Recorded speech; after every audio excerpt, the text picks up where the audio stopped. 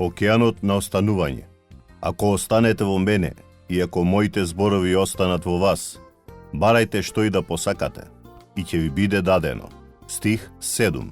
Ако брод е безбеден, на суво пристаниште, може да се игнорира фактот дека бродовите се направени за вода и длабочини, бури и сидра, смрдливи риби и тешка железна руда, и поморска заштита и патници кои треба да ги преминат океаните.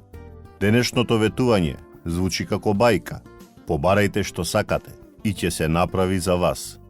Но исто како што бродовите не се направени за суви докови, така и Божјите ветувања не се направени за седење во некој рај на суво. Бог е далеку од тоа дека е дух во ламба. Тој е како капетан кој ни помага да се движиме низ подемите и падовите на животот, како чамец пуштен од суво пристаниште. Ние мора да влеземе во водата за да вежбаме останување. Ние во него, а неговите зборови во нас. Темелно намокрени со вистина, заситени со Светото Писмо, натопени во духот и омекнати со да биде волјата Твоја.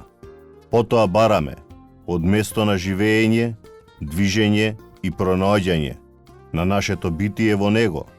Дела 17:28. Од единството меѓу нашиот дух и неговиот, и Бог ни го дава она што го бараме. Сувите пристаништа се направени за поправка. Затоа, ако сакате, одете директно таму.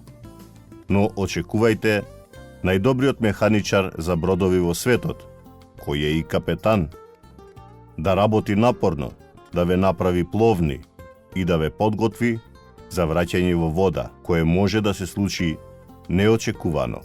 Ейми Клеменс.